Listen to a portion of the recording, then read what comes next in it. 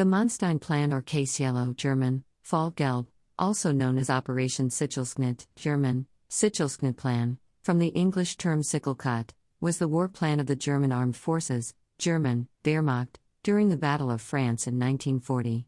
The original invasion plan was an awkward compromise devised by General Franz Halder, the Chief of Staff of Oberkommando des Heeres, OKH, Army High Command, that satisfied no one.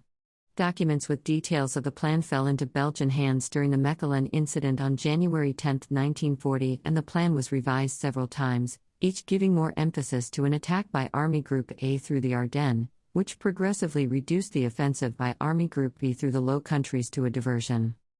In the final version of the plan, the main effort of the German invasion was made against the Ardennes, the weakest part of the Allied line, where the defense was left to second-rate French divisions in the 2nd Army and the 9th Army, on the assumption that the difficulty of moving masses of men and equipment would give the French plenty of time to send reinforcements if the area was attacked.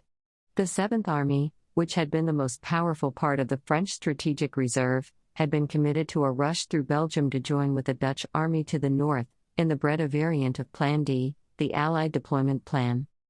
The success of the German invasion surprised everyone. The Germans had hardly dared hope for such a result.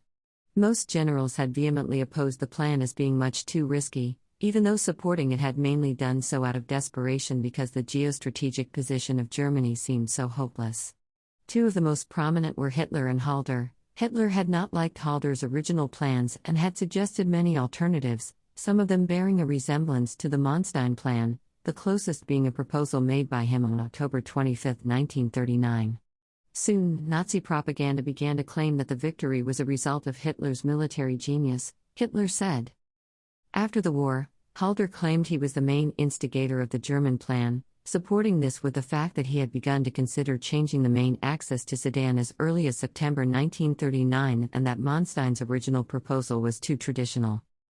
The Manstein Plan is often seen as either the result of or the cause of a mid-20th century revolution in military affairs.